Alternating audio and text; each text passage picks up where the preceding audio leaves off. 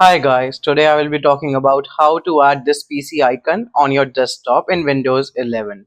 So let's start. What you have to do is you have to just open your computer or laptop, go to the home page and then just right click anywhere on the screen, then choose the personalize option from there.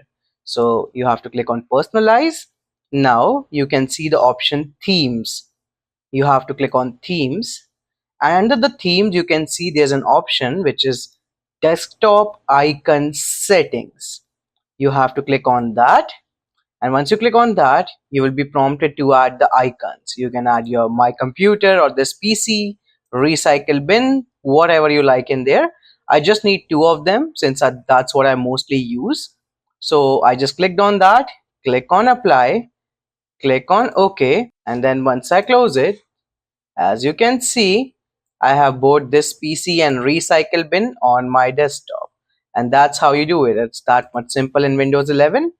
And thank you for watching this video. If you still have any doubts or comments, please leave it in the comments box. I will be happy to answer. And enjoy. Bye.